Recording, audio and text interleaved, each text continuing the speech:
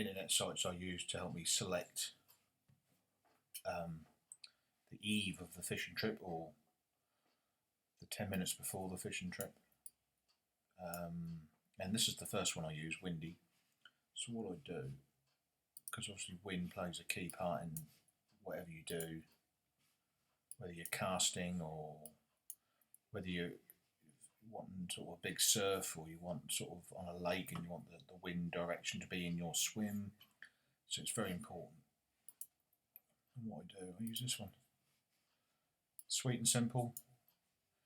It also tells me the rain, whether I need to bring my brolly or not. I'm just trying, I can hear a little bit of an echo on there because I'm not totally sure I'm doing the sound right, but it should be okay. And yeah, so this is an onshore wind there and here as well. And this is basically what I use. I wouldn't try and plan too far ahead, but maybe 1 or 2 days is okay to use. Like I say, rain, so you click on the rain bar and it tells you where the rain is at different times during the day. So this is Tuesday at 5, so it was 7 o'clock, not much. But if you're up near Manchester or Liverpool, or sorry, Kendal, Carlisle up there, it's absolutely sheeting it down. Now it moves towards Manchester. London got a bit as well. So it's good for that. It's like, so if you're fishing, a lake or by the sea, you can just think, well, I'm going to get actually peed on. I mean, there's lots of different sites you can look at on the net which tell you whether it's going to rain or not, but this is one which sort of does it all. So it gets your wind, it gets your rain. What else does it get? There's another one on here. Temperature. Temperature. Now I'm trying to think. Yeah, sea temperature. So 11 degrees. So if you're like for bass, I think for bass 11 degrees is about the limit, as which they sort of no, it's about 8 degrees I think. The old bass 11 there. Should be warmer down here a bit. 12 here you go. And warmer even here. 14. Look at that. Look. There's some good species around Guernsey. Yeah, so it's good. It's good all round. If you're after bass and in your area you're waiting for a certain temperature when you think some slightly better fish might turn up, you can just monitor the sea temperature. And you think, well, they're not usually that year. They're not usually there when it's 12 degrees. I'll wait until it gets to 14 degrees if you're sort of in spring or something like that. So it's good for wind, good for rain, and you can zoom in if you're looking for a lake or something. You can zoom in to identify the lake and which way the wind's blowing. Whether you want to fish the bank facing the wind or whatever. But it's not rocket science. It's sort of basic information I'm given, but it's a very useful platform. I find it quite accurate. I think a lot of the other websites are fed off this one as well. Very rarely is this one. I can't remember at any time this one's let me down at all. It also shows waves. So you don't be out on your boat off island at the minute. But everywhere else looks alright. And this shows the heights here, look, you see. So it's pretty good.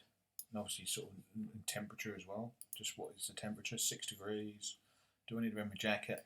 So it's a very, straightforward, you're probably thinking, well, I usually sort of do all that, but you'd be surprised when you're in a hurry and you're keen and you're rushing around, little things you do forget. And I can't emphasize enough to you put the brakes on and just check everything, and then you can cover all eventualities. And if you don't forget your brolly, or if you forget your jacket, or do you know what I'm saying? Certain time in the afternoon, the wind might become onshore quite stiff, and it might get quite chilly. And I'll be brutally honest with you, when you get cold when you're fishing, that's enough for you to say bugger this, and head back home. So I cannot explain the importance. And windy for me, that's got all the information on there. And even cloudy if you're freshwater fishing, you want to find out where the clouds are, because you may think the fishing's a bit better when it's cloudy. All this sort of stuff. So yeah, okay. Another one I use is Tides for Fishing. Tides for Fishing. So you can go anywhere in the world for tides for fishing. Let's go to Channel Islands. Let's go to Guernsey. And what's happening in Guernsey tonight?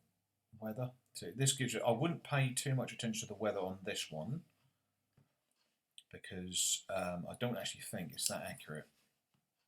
And in fact, I sometimes get the opposite to what Windy says on there. So I always go Windy for the wind and all that sort of stuff. I ignore this chart here. I don't pay any attention to that.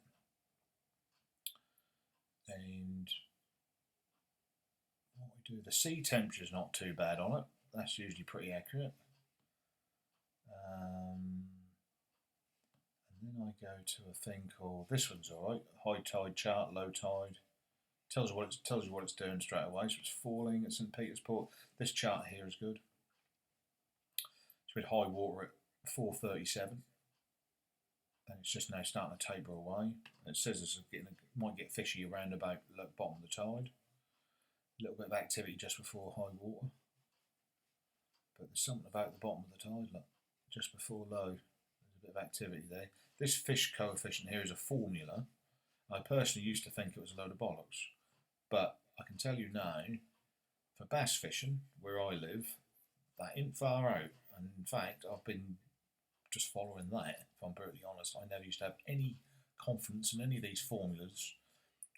So lunar activity for fish. I thought it was a load of horse shit, but I tell you, on this tides for fishing, I can put the windows where it says here, let's see the bottom of the tide here. That says it says about 8:45 there, right, to about 11 o'clock, right, or you could say 9 to 11 o'clock. In that window there, where I fish, my part of the coast, I guarantee you most of your bites will come around and then to this chart. It's absolutely phenomenal, it really is. But there you go. I'm not sure what this chart is. I never used that. This is a good one because it gives you the month. You can swap months. You can plan ahead. Now this is the new moon. This one here, which is all dark here, and goes completely dark, dark, dark, dark, dark, dark, dark. These ones here, this is called the new moon, and I have some of my best fishing around when the moon is dark like that. Okay, and this fish coefficient here is high, and that coincides with the bigger tides. Alright, so when it's on a 2 bar, that's pretty good for fish. 1's okay. If it's on a blank like that, I wouldn't bother going. I never used to pay any attention to this stuff, but I'm telling you, it does work. These represent the biggest tides, so disadvantages on bigger tides, you can get a lot of weed and things like that. So sometimes if it's quite a weedy area, either go to a location where it doesn't have a reputation for weed and fish, or if you're fishing those weed-stricken areas, fish the back end of the tides, which as it starts to taper away. Or if there's been quite a stiff blow of onshore wind, avoid it and try and wait for a few days. And if there's a tackle dealer by the coast, might give them a call if you've got time on your hands, and to select a day when there's not likely to be that much weed there. He might say, yeah, the weed's been alright today, so he's off. But failing that, what I do, if I'm not sure, I generally just go to venues which I know, regardless of what the weather's doing, they're sheltered from weed, and that they fish quite well. And I think next week I'll be doing that. I'll be targeting the beach. Trying to get a skate, I think, off the beach. So right, this is the red here, that's saying at 0 to 82 hours. Okay, it's well, hang on, let's go to the one it says. So this is the highlighted one. It'll be easier for me to get it right because it's easy to get this modelled up. So it's saying sun up at 7:23 and sundown at 16:26. All right, and what you do, you go to a bar, which is, where is it? No, sorry, it's the one up. So this one here represents the one we were just at, which is this one.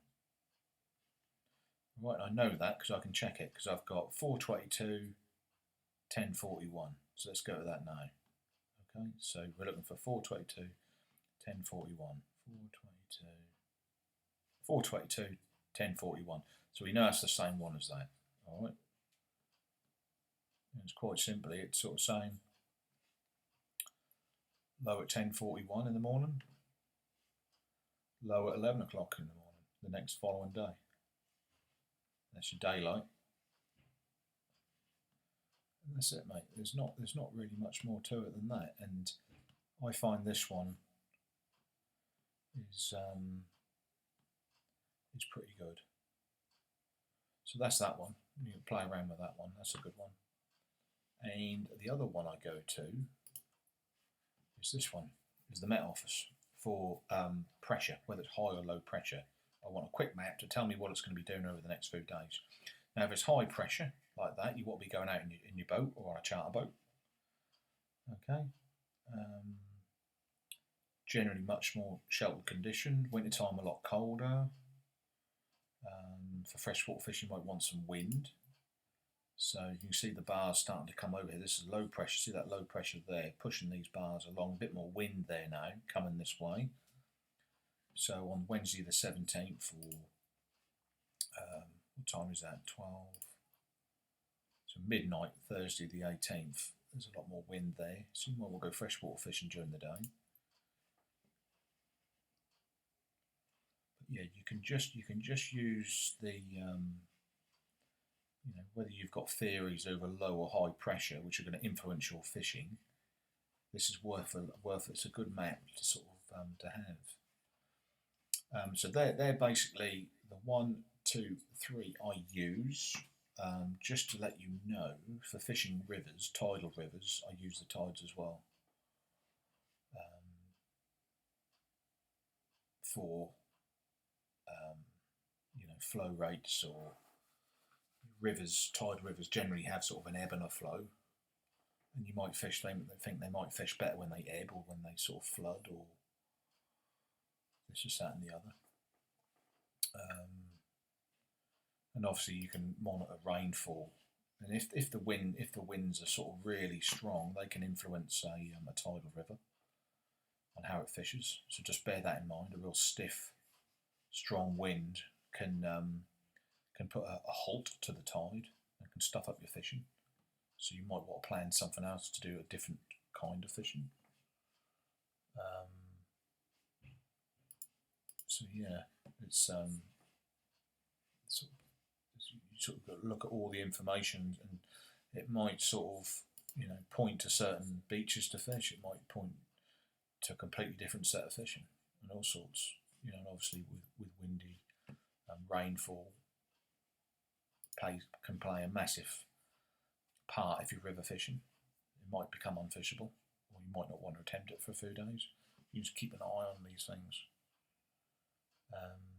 You can look at all the conditions, and then that can point you towards, you think, well, actually, that would be a really good day to target this. Do you know what I'm saying? So you might find the weather might stop you from doing a certain kind of fishing you're planning on doing, but you might want, it might point you towards something else, and and put you onto a good fish. One other I use. This is the last one we'll do. Let's go to Dorset. Let's go to Kimmeridge. What's that? New Zealand's on a COVID level. They had COVID over there. Again, this is a similar sort of thing. This is quite good for watching the wind and how it changes throughout the day. Gives you a time look throughout the week. Like I say, I'd just give this a couple of days. I'd rely on it for a couple of days, no more than that.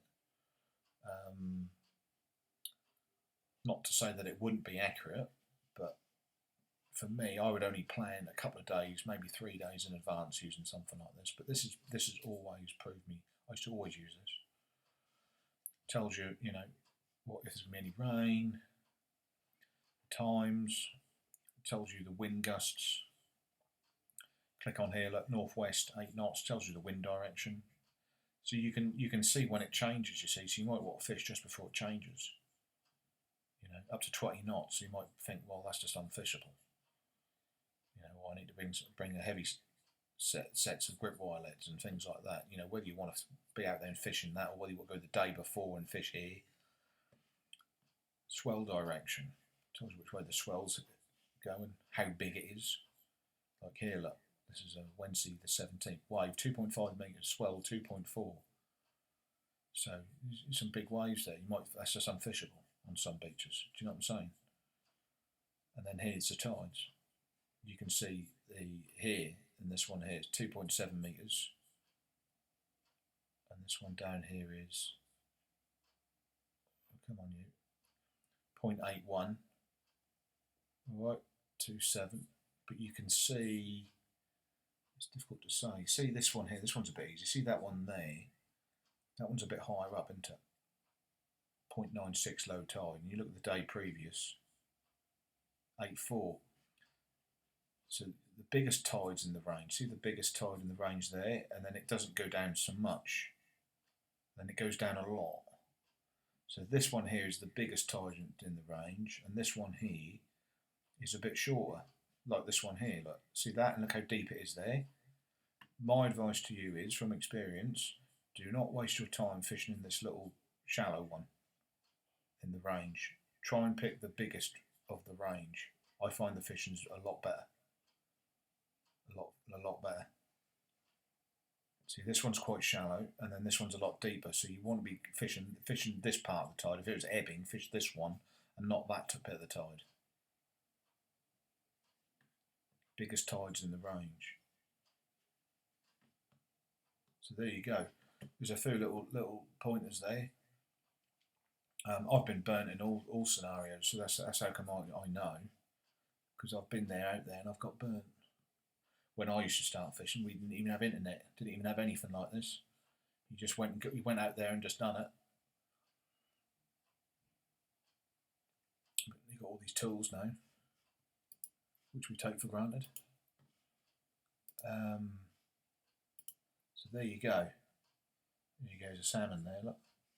Caught that in New Zealand on a little 63 gram Tyser, they're called, like a hex Tyser.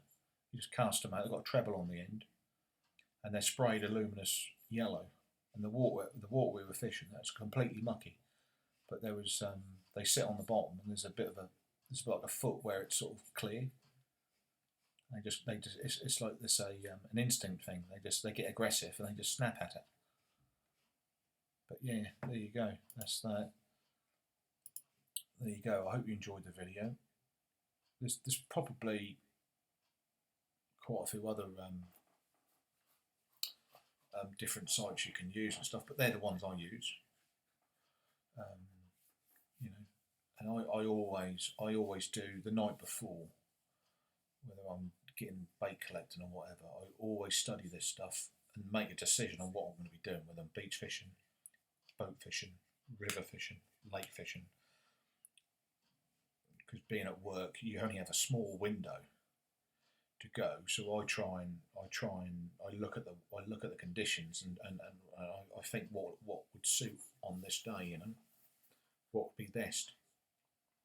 Sometimes you might get, there's loads of options.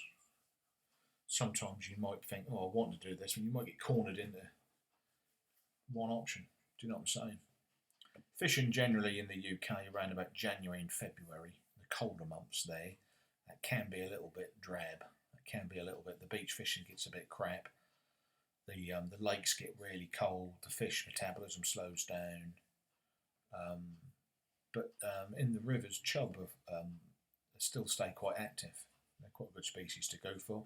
Or you can go for trout in trout farms, lake with they'd still be quite active. Them sort of places. Quite expensive to go there for the day, but then you let you have a few fish. But if you just want to get a bite locally, yeah. Failing that, go on holiday abroad somewhere for a fish, somewhere a bit warmer. But yeah, okay. I hope you enjoyed the video. I hope you didn't find it too boring. But yeah, you know, you can have a quick little flick through and you can go, he uses that. Yeah, I'll work it out for myself. That's fine. But there you go. That's just let you know the ones I use before I go. I usually capture all the information from all of them. You know, and I just find that just helps. I like to know what the weather's going to do, and when is it going to change, and it just stops you from turning up disappointed, going, oh shit, the swell's too heavy, or oh shit, there's a load of weed, or oh, it's going to piss down with rain, I forgot my jacket or my brolly, or it's too hot, I ain't got my sun hat, all this sort of stuff. Do you know what I'm saying? You'd be surprised. The little things to make it more comfy for you is very important. Anyway, take care, and I will see you later.